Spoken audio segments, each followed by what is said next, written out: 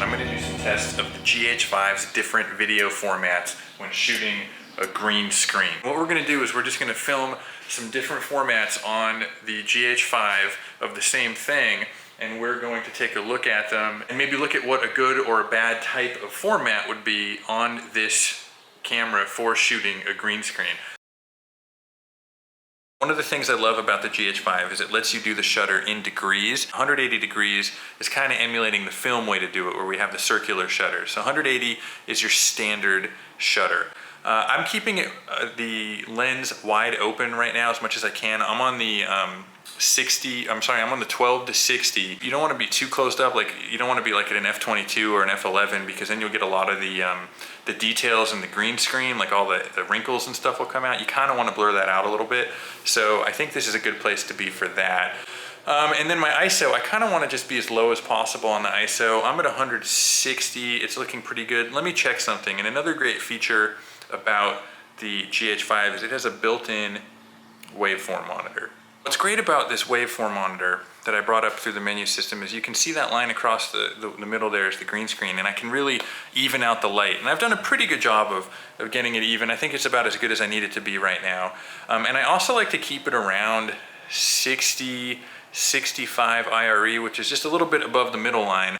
And one thing I'm going to do is I'm going to shoot in the Cine-like D format, which is the one that I found is sort of the flattest. I didn't purchase the log footage, so the log footage extension. So this is kind of the closest sort of filmic one that I think people are going to use the most. This is the 422 10-bit, as you can see, long GOP 23976. This is Ultra HD, so this is what I'd be more interested in using because it's 16:9. 4K, let's do 8-bit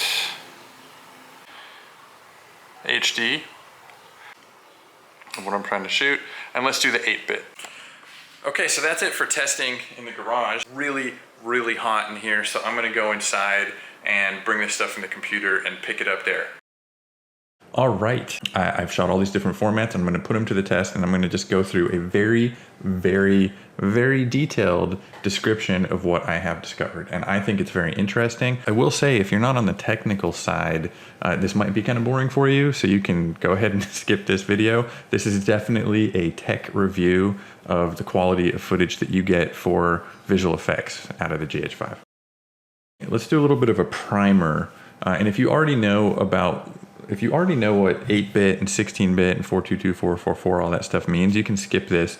I'll have some links down below to skip directly to all the different chapters of this. And let's start with bit color depth, or bit depth as I like to call it. And that would be when it says 8-bit or 10-bit. And this goes back to that old staircase analogy. Basically what it means is each pixel has a color value assigned to it.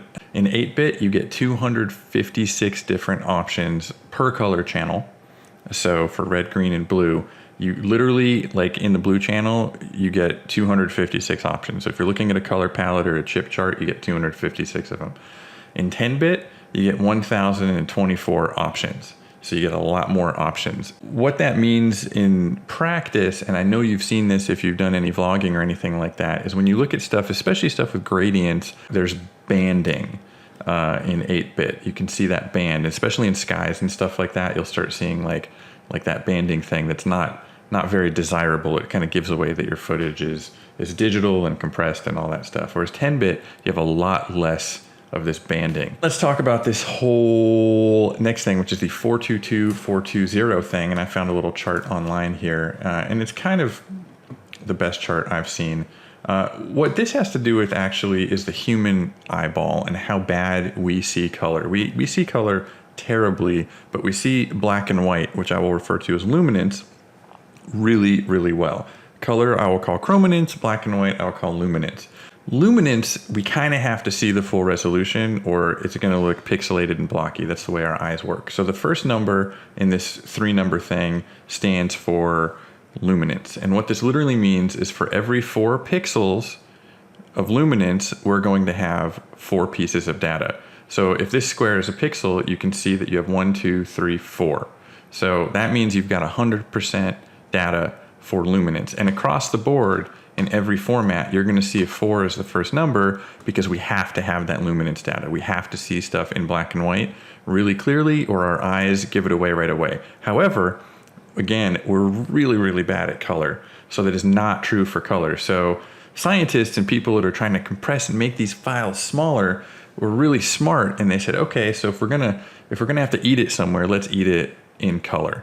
And they did that in a couple of different ways over the years. Back in the DV days, they did this one here called 411, which means for every 4 pixels of luminance, we're gonna have only one piece of information spread across 4 pixels horizontally for chrominance. So you can see here how the blue circle represents the chrominance, how you're really saving space by doing a 1:4 ratio in your color, and you're doing it horizontally. This was really, really bad for visual effects. It just gave you terrible stair-stepped edges. Anybody that has tried to key DV from back in the day knows how difficult and horrible this was for all of us. It was just too compressed for visual effects. And this is not used that often anymore at all. In fact, what is used a lot more is the 420 setting. And the 420 setting is the same amount of compression as 411, but it's a different algorithm. It's spread out a different way. Instead of doing 4 pixels across,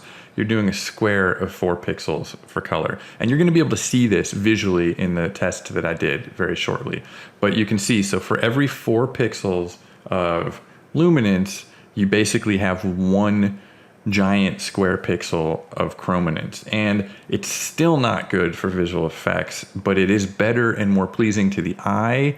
Therefore, this is sort of what they've adopted for the standard H.264 compression codecs that you see all over the place in vlogging and on standard cameras. This is what the Canon shoots. This is what the Sony shoots. It saves a lot of space. It plays back a lot quicker because you don't have as much data. Generally speaking, you're not going to notice a difference, but when it comes to technical things, you're going to see a difference. Then we have the next step up, which is 422. And this is where the GH5 is exceptional and excels because it can record this 422 stuff natively to a chip. But anyway, back to the matter at hand.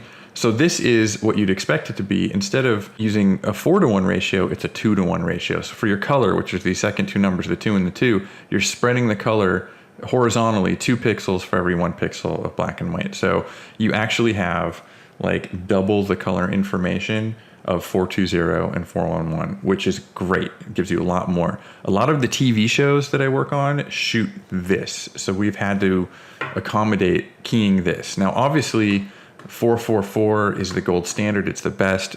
A feature's only going to shoot 444. The reason they would shoot something like 422 over 444 comes down to money.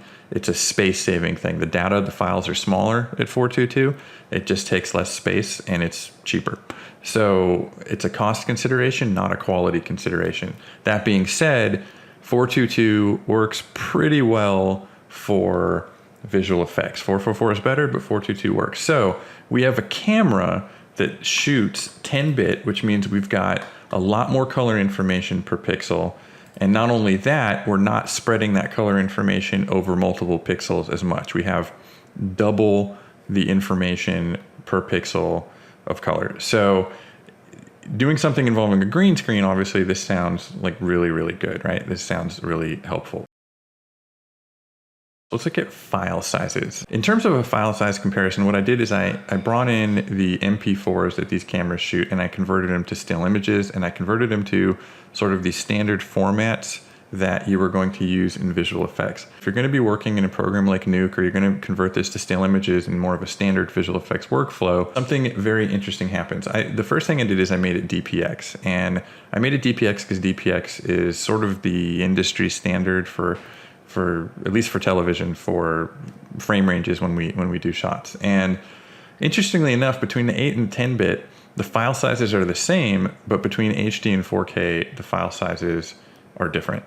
Quite different, in fact, 4 times larger. So the reason they're the same is because programs like Nuke and After Effects, when you spit out and convert to still frames, automatically upgrade your stuff. So your 8-bit stuff gets upgraded and your 10-bit stuff gets upgraded. So pretty much you're going to be dealing with the same file size between 8-bit and 10-bit. So right there, that tells me that's one less reason to shoot 8-bit, honestly, for visual effects. I think you should just stick to 10-bit, right?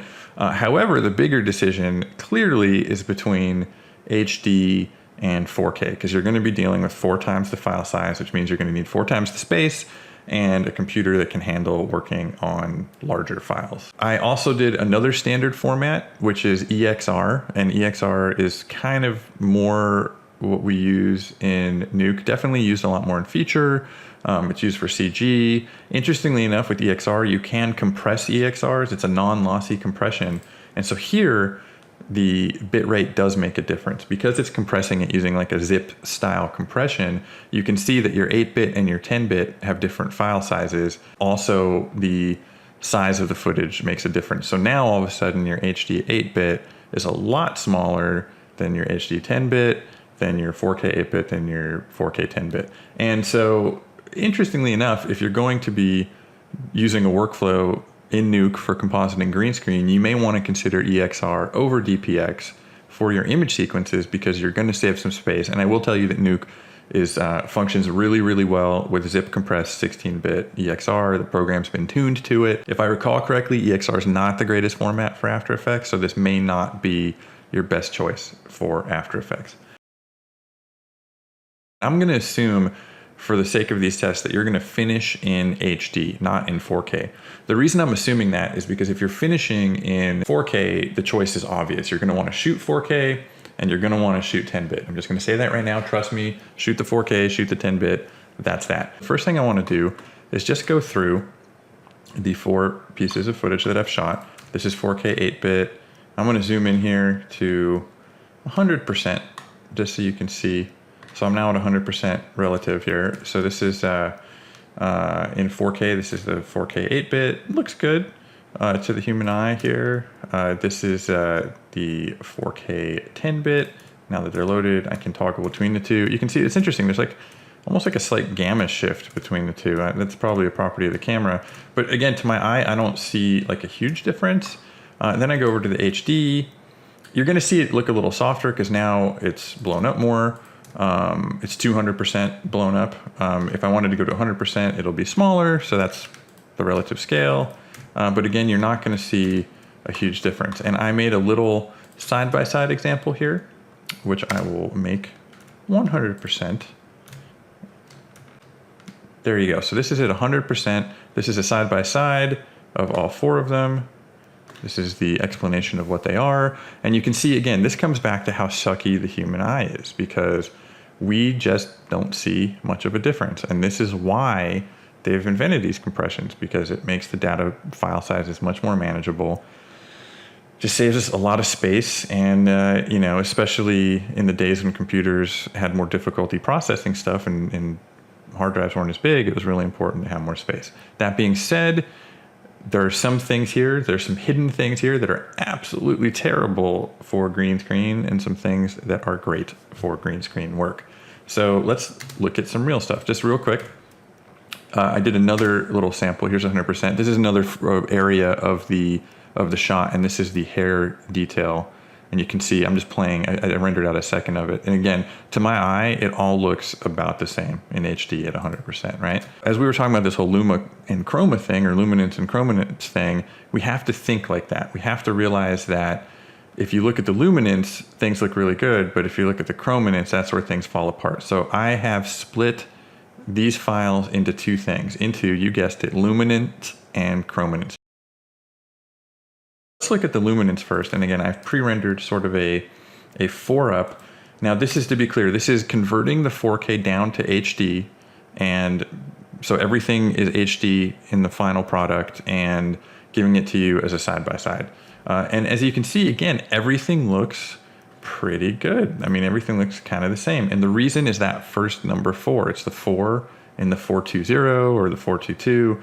Everything should look kind of the same because they really don't compress stuff that much in the Luminance. Now, if you might not be able to see this on your end, but if you look on my end, there's a little bit more noise in the HD stuff than the 4K stuff. I think that has to do with scaling, because remember, when we're shooting 4K and shrinking it down, we're getting rid of a bunch of data, and we're shrinking down the grain or the noise essentially. So it's pretty minor though, it's pretty negligible. So I would say right now everything looks about on par, which is to be expected. Now, here's where it gets interesting. Let's go over and look at chrominance.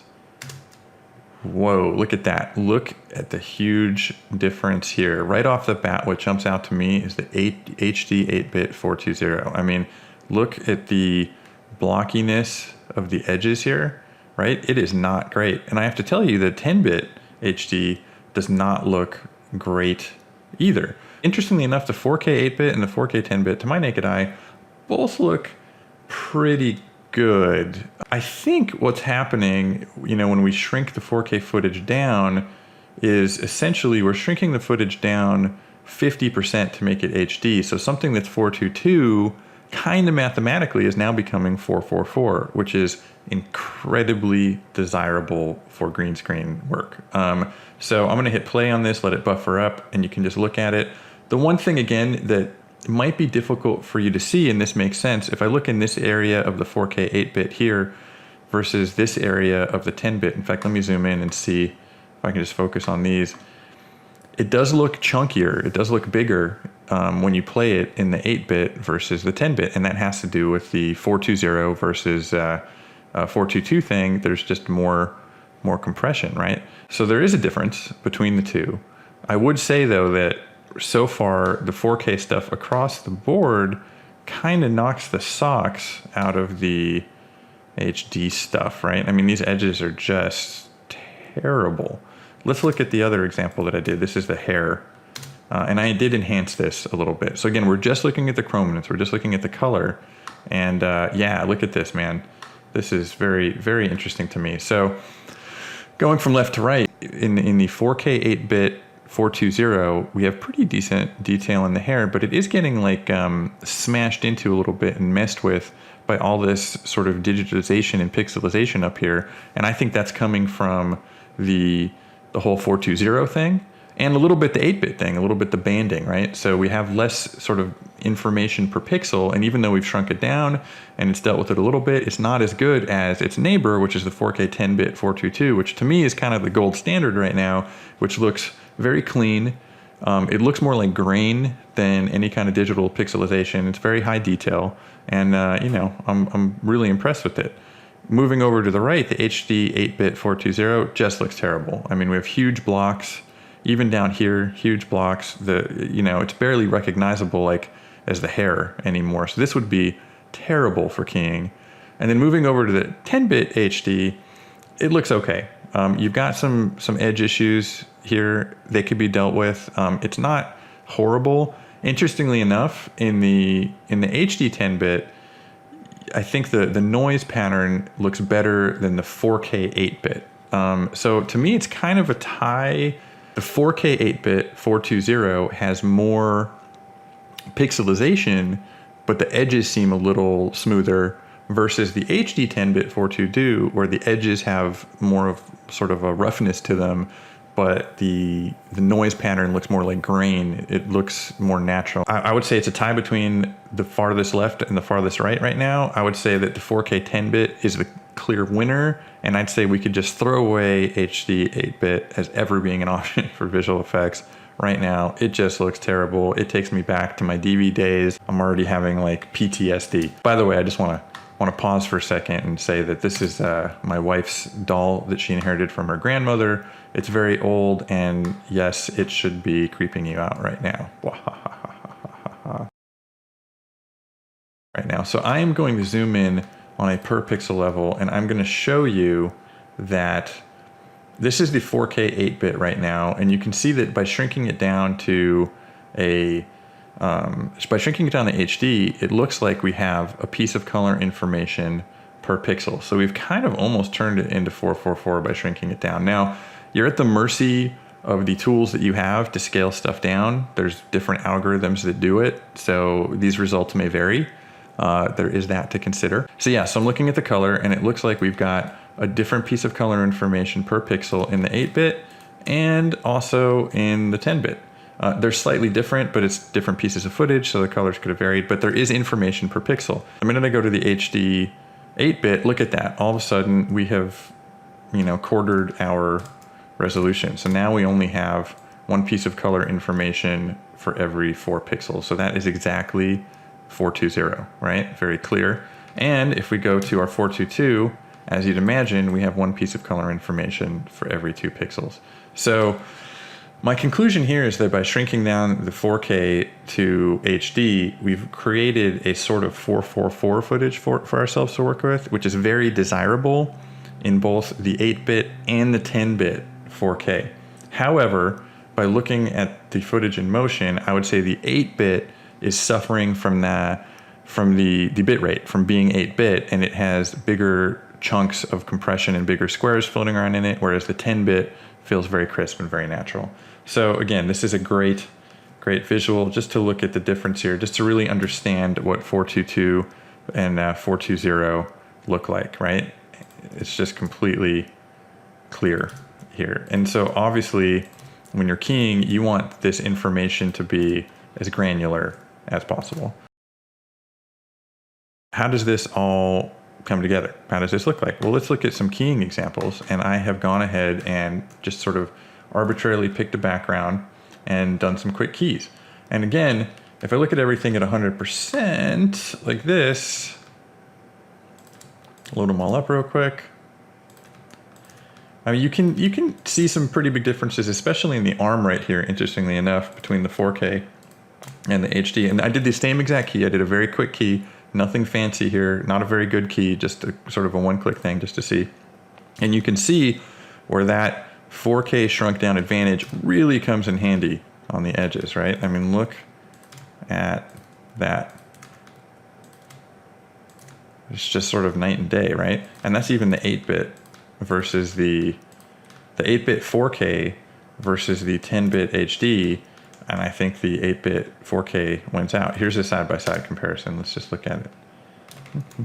All right, so a lot of the chatter has to do with my key, but sort of ignoring the chatter across the board that's uniform, that's something you'd fix in keying. Let's look at those, let's really study those edges. Interestingly enough, again, both the 4Ks shrunk down did a pretty good job of retaining hair detail. I'm seeing sort of all of the hair detail sticking around.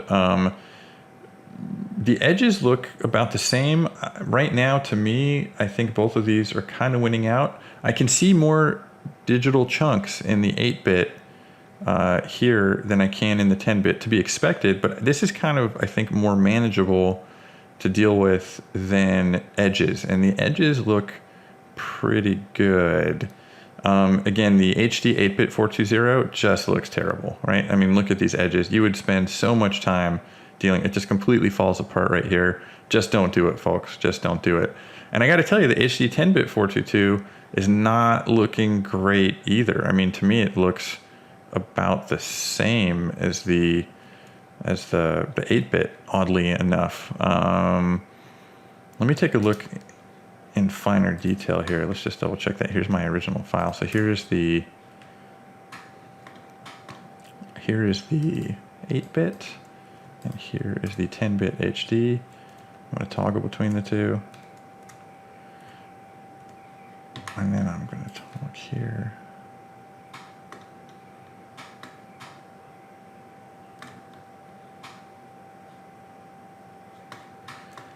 Yeah, it's interesting. Once you put them together in a keying scenario, you don't see much difference. However, if I look at them sort of zoomed in before I rendered them out, you do see a difference. And I will say that the edges are bad on both, to be perfectly honest, but I see a more manageable option in the 10-bit. There's a slightly better edging in the 10-bit. And I added this little edge blur here. So if I hit this edge blur, all of a sudden it looks a lot better. Right, and that's something we would typically do with 422 footage, would be blur the edges a little bit. So it's definitely usable footage. The thing is, you sort of force yourself. See, that edge blur makes this piece of hair really soft versus nice and crisp, and so you'd have to go in and like key that separately. So you're asking for a lot more work if you shoot in this format. Whereas in the lovely 4K 10-bit shrunk down to shrunk down to HD. You know, there's still a white line, but it's a lot smoother of a white line. There's really nice hair detail right here. It just seems like it would be less work to get this key to perfect. Let's look at the other examples that we have here. Let's look at the hair example. Let's make that 100%, hit play. Kind of the same results, right? Both 4Ks work pretty well. I see some more pixelization here. It's difficult to see, but it's there in the 8-bit. So, you know, again, our 4K 10-bit is the winner. But then the HD 8-bit really sucks. HD 10-bit's okay, but it still has like these pixelized edges. So kind of the same results there. What else we got here? Oh, so I did some alpha channels here. So this is just the keys that I pulled. Again, they're really soft keys. They're not fantastic at all, but wow, boy, this spells it out for you. Man, I can really see what's going on here. So, okay, so right off the bat, this is great. So right off the bat in the 8-bit, here, let me show you guys the numbers. In the 8-bit 4K stuff, you can see the banding very clearly in the key. So this could actually be a problem depending on how you pull your keys and what background you're marrying it to. So this could be dangerous because you really see a lot of pixelization and banding. Again, interestingly enough, the edge detail, because of a lot of it having to do with the luminance and the shrinking it down and all that stuff, it's really good, but you do have to deal with this. Whereas in the 10-bit stuff, it looks a lot more like grain, it's a lot more natural. If this had to get overlaid on top of footage and we had to keep some of it, you could blend it into grain and you could buy it more. Like you could work with this a lot more. The 8-bit 420 is just that poor kid that's never gonna get picked for the baseball team. It just sucks. And just a reminder, this 8-bit 420, this is what the A7S shoots. This is what the Canon, this is what the Mark IV shoots. This is what the Mark III native shoots. This is what, like, up until now, we've had to deal with for green screen when we're doing sort of our home brewed projects using these great cameras. I mean, you're not going to see a difference if you're outside. You may not see a difference, I should say, if you're outside and you're just shooting stuff for like vlogging or documentary. But when it comes to visual effects, I mean, right here, look in front of you, there's a huge difference. And interestingly enough, looking at the HD 10-bit 422, again, the edges, not as great as the 4K 8-bit stuff, but the grain pattern, the structure of the noise is a lot better. So it's kind of a tie. It's almost kind of a trade-off between the 4K 8-bit and the HD 10-bit. I think a lot of it would have to depend on like your keying style and your keying techniques. The one thing I will remind you of is when you convert things to still images, the 4K stuff is going to be 4 times the size as the HD stuff. So the HD stuff is going to move a lot faster and be a lot more flexible to try and do stuff with. So again, it's like, I can't give you the right answer. I can say that it's situational right now between the two, and it's kind of a tie in different ways. I would say that if space is not an issue and computing power is not an issue, the 4K 10-bit is definitely the way to go, right? And again, while I'm talking, I'll show this other keying test that I did right here. This is just the alpha channel. Oh God, look at that. This is just the alpha channel of another piece blown up, and you can see again very clearly the differences between the 4. So I wanted to do one more test, and this is just comparing sort of a heads-up 4K order of operation thing. And what I did was, right now, so far everything you've seen, I've shrunk down the 4K footage first, and then I've applied the key. So I was thinking, well, what if I applied the key first to the 4K footage, made my alpha channel, and then shrunk everything down and compared that? Which way would be better? Here is what I did before. This is the shrinking it down and then keying it. And here is keying it first. And I'm toggling between the two right now. And I have to tell you, there is an incredibly negligible difference. The only thing I can say is that it seems like the edges feel a bit more feathered on the stuff that is keyed first. I don't know if it's worth it to key it first. See, I think, like, in my brain, I was thinking it makes more sense to key it first because you've got there's more information to deal with to key it.